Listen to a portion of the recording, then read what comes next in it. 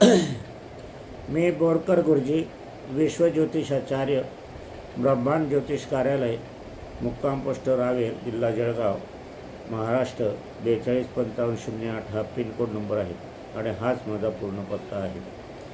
ज्यांना मला प्रत्यक्ष भेटायचं असेल त्यांनी मोबाईल करून यावं. रावेरमध्ये आल्यावर अलंकार बोरकर ज्वेलर्स आणि विक्रम बोरकर ज्वेलर्स यांच्या आतमध्ये जाऊन चौकशी करावी. ब्रह्मांड ज्योतिष कार्यालयाची कुठेही शाखा नाही.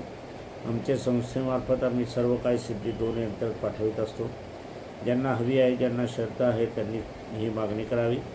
यंत्र मागवताना मागणीपत्र अवश्य असायला हवं. माझ्याकडे अनेक पत्र येतात, तो कोणतं पत्र कुठल्या विषयाला हे समजत नाही. म्हणून आम्हाला यंत्रसिद्धी हवी आहे असं मोकळेपणाने त्याच्यात लिहावं आणि आमच्या 5x11चं पाकिट घ्यावं.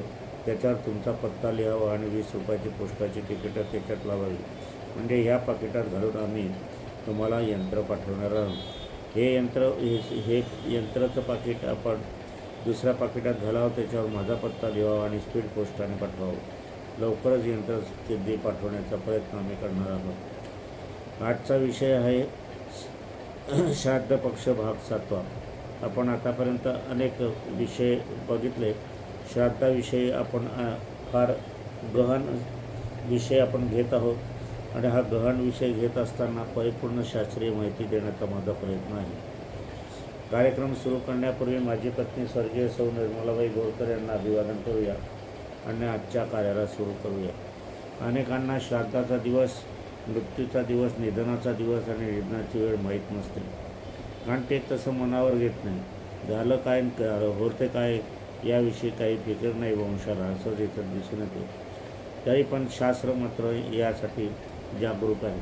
अशावेळी आषाढ, भाद्रपद, मार्गशीर्ष व माघ महिन्यातील अमावस्या या तिथीस आपण श्राद्ध करू शकतात. एकाच तिथीला माता पिता यांचे निधन झाले तर ज्यांचे निधन आधी झाले त्यांचे श्राद्ध अगोदर करावे. अनेक जण पित्याचे श्राद्ध करावे असे सांगतात आणि आईचे करू नये असं सांगतात, परंतु ते असत्य आहे. त्यात आपल्याला भोग प्राप्त होतील. श्राद्ध कुठे करावे? शक्यतोवर दिवसपाणी अंत्यसंस्कार ज्या ठिकाणी आपण केलेले असते त्याच गावी आपल्याला करायचे आहे. एखाद वेळेस दुसरे गावी आपल्या निधन झालेले असते, दवाखान्यात असते, ॲक्सिडेंट, अपघातात काही मरण पावलेले असतात. असे असले तरी आपल्याला निधन जिथे करतात तिथेच आपल्याला श्राद्ध करायचे असते. असे असताना इतर श्राद्ध मात्र तुम्ही गावी असला तर तिथेही तुम्ही करू शकतात, पण प्रथम श्राद्ध हे निधनाच्या ठिकाणी, अग्निडागाच्या ठिकाणीच करावे. शक्यतोवर 16 श्राद्ध त्याच गावी करायला हवे. नाहीतर निदान प्रथम श्राद्ध तरी आपल्याला पहिल्याच वेळेला आपण पहिल्याच ठिकाणी करायला हवं. अग्नियज्ञ हा जो आहे हा शेवटचा अग्नियज्ञ असतो. पर्याय म्हणून इतर गावी आपण श्राद्ध करू शकतात. निधनाच्या व्यक्तीचा मुलगा अपंग असला, मतिमंद असला किंवा आजारी असला, पॅरालिसिस, कॅन्सरसारखे, कुष्ठरोगसारखे विकार असले तर यापेक्षा लहान मुलगा जो असेल त्याला श्राद्धाचा अधिकार आहे. पत्नीलासुद्धा पण श्राद्धाचा अधिकार आहे. नातू, पंटू, भाऊबंद, अविवाहित मुलगी, इतर कुणीही असेल तरी श्राद्धाचा अधिकार आहे. जावई बापांना पण श्राद्धाचा अधिकार आहे. श्राद्धाच्या दिवशी उपवास, एकादशी असल्या तर ही एकादशी करू नये. उपवासाचा वार, व्रत असले श्राद्धाला महत्त्व द्यावे. इतर व्रत वैकल्याला महत्त्व देण्याचे कारण नाही. श्राद्धा दिवशी विवाह, मौंज, जावळं, कानफोडणीचा विधी, नामकरण विधी, इतर कुठलेही आनंददायक विधी करू नये. वाढदिवस असल्यास दुसऱ्या दिवशी वाढदिवस साजरा करता येईल. इतर कार्य आपल्याला मुहूर्तावरच करत असतो, परंतु श्राद्ध हे मात्र पथ्य आणि नीतिनियमानुसार आपल्याला करायचे असते. मृत व्यक्तीचे निधन हे निसर्गनियमित निधन असते, दैवाधीन असते किंवा अपघात किंवा आत्महत्या जरी झाल्या तरी ते निधन त्या व्यक्तीचे शेवटचेच असते. मनुष्य पुन्हा पुन्हा मृत होत नाही, म्हणून श्राद्ध कर्तव्यवेळी श्राद्ध तिथी व वेळ ही महत्त्वाची ठरते. व्रतवैकल्य, मंगल कार्यालय ही सर्व मानवनिर्मित आहे. ते पुनश्च येत असतात आणि श्राद्ध हे मात्र एकाच वेळेला होत असते. सोमवार, गुरुवार अशी व्रते पुढच्या वारासमध्ये आपल्याला करता येतील. दसरा, दिवाळी, गणपती स्थापना, नवरात्र स्थापना, हरतालिका, भागवत सप्ताह, पोळा, दत्त जयंती, जन्म, कृष्ण जयंती जसे दिवशी पुजारी वर्ग श्राद्ध करण्यास नकार देतात, पण आपल्याला श्रद्धा असेल तर आपण याच दिवशी करावे, इतरांना महत्त्व देऊ नये. त्यांचे फोटोच्या ठिकाणी आपण श्राद्धविधी अर्पण करावा आणि दक्षिणेचा उपयोग श्राद्ध साहित्यात करावा. आपण जो खर्च करत असतो ती ब्राह्मणाला पुजाऱ्यांना दक्षिणा देत असतो, त्याचा उपयोग श्राद्धाच्याच ठिकाणी करावा.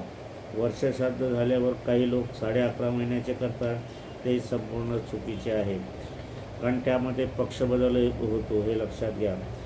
11.5 महिन्याचे शुक्ल पक्ष कृष्ण पक्ष असे भेदाभेद निर्माण होतात आणि ते श्राद्धाला विरुद्ध पडते. वर्षश्राद्ध करतेवेळी पक्ष तिथी तसेच वेळ महत्त्वाची हे आम्ही पुनरुक्ती सांगतो. वर्षश्राद्ध आपण अस्थि जिथे टाकले आहे त्याच ठिकाणी करावे, ते अस्थि श्राद्धाचं ठिकाण असते. मातृगया पितृगया ह्या ठिकाणी अस्थि टाकले असले तिथे श्राद्ध करावे लागते. यास महत्त्व देऊ, इतरात महत्त्व देऊ नये. वर्षश्राद्ध घरी करू नये, कारण अस्थीचे श्राद्ध आपण करतो ते आपल्याला घरी करता येत नाही. जिथे अस्थि विसर्जन केलेलं आहे तिथेच अस्थि विसर्जनाचं श्राद्ध करावं.